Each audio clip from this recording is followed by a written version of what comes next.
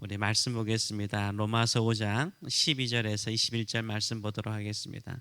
그러므로 한 사람으로 말미암아 죄가 세상에 들어오고 죄로 말미암아 사망이 들어왔나니 이와 같이 모든 사람이 죄를 지었으므로 사망이 모든 사람에게 이르렀느니라.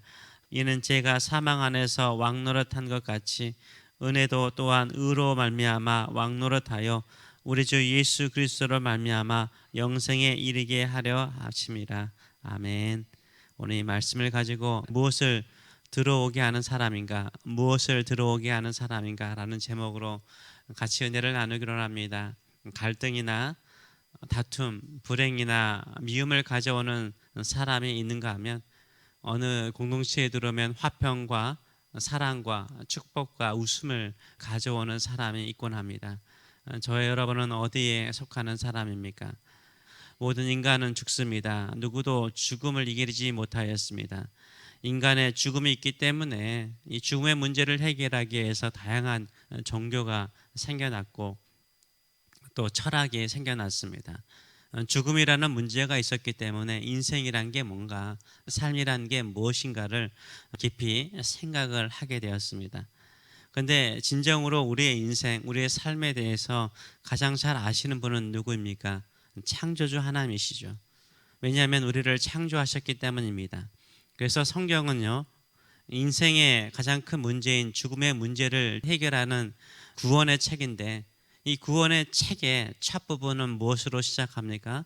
창조로 시작합니다. 창조로 시작합니다. 인간은 하나님의 형상대로 창조된 인간입니다. 이렇게 고귀하게 창조된 인간이 왜 죽게 되었습니까? 성경은 그 답을 줍니다. 뭐라고 말합니까? 죄 때문이라 라고 말하고 있습니다. 성경은 죄 때문에 모든 인간이 죽게 되었다라고 답을 주고 있습니다. 누가 죄를 지었습니까? 최초의 인간이면서 모든 인류를 대표하는 아담이 죄를 지었습니다. 그렇다면 왜 우리도 죽습니까? 왜 아담이 범죄했는데 우리까지 죽게 되었습니까? 항상 이런 질문을 사람들은 하곤 합니다. 지금 도쿄 올림픽을 하고 있습니다. 메달을 따면 그 선수의 이름으로 금메달을 집계하지 않죠. 그 선수의 이름으로 금메달을 집계하지 않습니다. 그 선수 출신의 나라의 이름으로 메달을 집계하죠. 그래서 미국, 일본, 중국, 한국 이렇게 메달을 몇 개다라고 집계를 합니다. 왜냐하면 모든 선수들은 그 나라를 대표하기 때문인 것입니다. 각 나라의 대표 선수들은요, 그 나라 안에서 올림픽이 참전하기 이전에 수많은 사람들과 경쟁을 했어요. 그 나라에서 가장 뛰어난 선수들이 각 종목에 출전하고 있습니다. 그들은 각 나라를 대표하는 올림픽 대표 선수들인 거죠. 대표 선수들이 지면요, 그 나라가 진 거죠. 그 대표 선수들이 결승전에 나가지 못하고 떨어지면 그 나라가 떨어진 것입니다. 아담은요, 모든 인류를 대표하는 사람이에요. 아담만큼 완벽한 사람은 없었습니다. 인류를 대표하는 한 사람, 이 아담의 범죄로 인해서 모든 인류 안에 죄가 들어왔습니다. 그리고 죽음이 찾아왔습니다. 12절은 이렇게 말하죠. 그러므로 한 사람으로 말미암아 죄가 세상에 들어오고 죄로 말미암아 사망이 들어왔나니 이와 같이 모든 사람이 죄를 지었으므로 사망이 모든 사람에게 이르렀다라고 말하고 있습니다. 이 한 사람이 누굽니까? 바로 아담인 거죠. 아담의 범죄로 인하여서 세상에 죄가 들어왔고 그 죄의 결과인 사망이 모든 사람에게 이르렀다라고 말하고 있습니다. 그렇다면 구원을 위해서 이제 새로운 대표가 필요하지 않습니까? 인류를 대신하여서 새로운 대표가 필요합니다. 그런데 모든 인간들은 다 죄인이에요. 아담보다 더 무능해요. 아담보다 더 능력이 없습니다. 그래서 하나님께서 새로운 대표를 세우셨습니다. 바로 하나님의 아들 예수 그리스도께서 인간의 몸을 입고 이 땅에 오셨습니다. 예수 그리스도께서 친히 우리를 위해서 새로운 대표가 되셨어요. 아담은 하나님의 말씀에 불순종함으로써요, 그는 모든 인간에게 죄를 가져오게 했고 사망을 가져오게 했습니다. 그러나 예수 그리스도는 인간의 모든 죄를 대신하여 십자가에 죽으심으로 하나님의 말씀에, 하나님의 뜻에 순종함으로 우리에게 무엇을 가져왔습니까? 생명을, 영생을 가져왔습니다. 그래서 18절은 이렇게 말하죠. 그런즉 한 범죄로 많은 사람이 정죄에 이른 것 같이 한 의로운 행위로 말미암아 예수 그리스도께서 십자가에 죽으심으로 말미암아 많은 사람이 의롭다 하심을 받아 생명에 이르렀다라고 말하고 있습니다. 아담 아래에 있던 모든 인류는 심판 아래에 있는 죄인이었습니다. 그러나 예수 그리스도를 믿는 성도들, 예수 그리스도 아래에 있는 사람들은 믿음으로 말미암아 의롭다함을 얻게 되었습니다. 영생을 얻게 되었습니다. 이 구원의 놀라운 일을 예수님께서는 무엇으로 이루셨습니까? 순종으로 이루셨어요. 순종으로, 하나님께 순종하심으로 그 모든 것을 이루었다라고 오늘 본문 19절은 이렇게 말합니다. 한 사람이 순종하지 아니함으로 많은 사람이 죄인 된 것 같이 한 사람이 순종함으로 많은 사람이 의인이 되리라라고 말하고 있어요. 예수님의 순종으로 말미암아 의롭다함을 얻게 되었고 영생을 얻게 되었다라고 말하고 있습니다.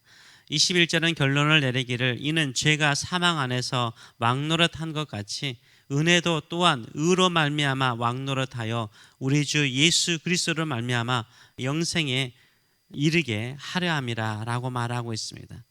우리 조상 아담은요 하나님의 말씀에 불순종함으로 우리에게 죄와 사망을 가져왔지만 예수 그리스도는요 순종함으로 우리에게 영생을 가져왔다라고 말하고 있습니다. 이제 우리가 누구를 따라 살 것입니까? 우리의 조상 아담의 죄성을 따라 살 것입니까? 아니면 우리에게 영생을 주시고 우리를 위해서 십자가에 죽으신 예수 그리스도를 따라 살 것입니까? 이 세상의 죄성을 따라 살면 반드시 죽을 것입니다. 그러나 예수 그리스도를 믿음으로 예수 그리스도만을 따라 순종하며 살아가면 반드시 영생에 있는 줄 믿습니다. 그렇기 때문에 영생의 삶을 향하여 나아가시는 저와 여러분 되시길 축원합니다. 예전에도 말씀드리다시피 이 땅의 삶의 인생의 끝을 어떻게 보느냐에 따라서 그 사람의 삶이 달라지는 것입니다. 죽음이라고 생각하고 끝이라고 생각하는 사람은요 죽음에 끌려가지 않기 위해서 두려움과 무서움 속에 살아가요. 아니면 그 죽음이 무서우니까 어떻게 해요? 이 땅에 잠시 사는 세상 속에서 쾌락을 즐기며 내가 하고 싶은 거 다 하려고 그래요. 그래서 사망에 이르는 두려움 속에 사는 사람들은요 얼마나 이 땅에 집착한지 몰라요. 이 땅에 있는 것에 집착해 살아요. 그래서 더 죄를 지어요. 더 죄를 짓고 살아갑니다. 그러나 이 땅의 삶의 끝이 영생의 삶이요 주님 만나는 것이요 영원한 삶이라고 생각하면 주님 앞에서 부끄럽지 않도록 어떻게 해요? 깨끗하게 살아가요. 거룩하게 살아가요. 내가 영원한 생명을 누리는 그 삶이 예수님과 함께 하나님과 함께 사는 삶이기 때문에 그 가는 길에 이 땅에 사는 삶 속에서 하나님의 뜻을 이루고 하나님의 말씀에 순종하기를 원하는 거죠. 그래서요 인생의 끝을 사망으로 받아들이고 인생이 이 땅의 삶이 전부라고 생각하는 사람은요 자기 자신을 위해서 살아요. 자기 자신을 위해서 살아요. 그러다 보니까 갈등이 생기고 다툼이 생기고 평화가 없고 여유가 없고 짜증이 많고 두려움이 많아요. 그러나 내가 가는 이 땅의 삶의 끝이 영생이라고 생각하고 예수 그리스도를 바라보는 사람은요 오히려 평화를 가져와요. 사랑을 가져와요. 위로를 가져와요. 서로에게 소망을 심어줘요. 이것이 우리 믿는 성도의 삶인 줄 믿습니다. 우리가 가는 길은 천국 가는 길이요 영생을 향하여 가는 길입니다. 그 가기 전에 이 땅에서 무엇을 우리의 가정 안에 또 우리의 모임 안에 직장 안에 가져오기를 원합니까? 서로 더 많은 것을 가지기 위해서 다툼과 미움과 시기와 서로를 향한 증오의 마음을 가져오기보다는 예수 그리스도께서 주신 그 순종의 마음을 가지고 하나님의 뜻을 향하여 서로 사랑하고 위로하고 격려하며 살아가시는 저와 여러분 되시길 축원합니다. 그래서 그들에게도 예수 그리스도를 믿음으로 말미암아 영생의 삶을 바라보고 살 수 있도록 복음을 전하는 저와 여러분 되시길 축원합니다.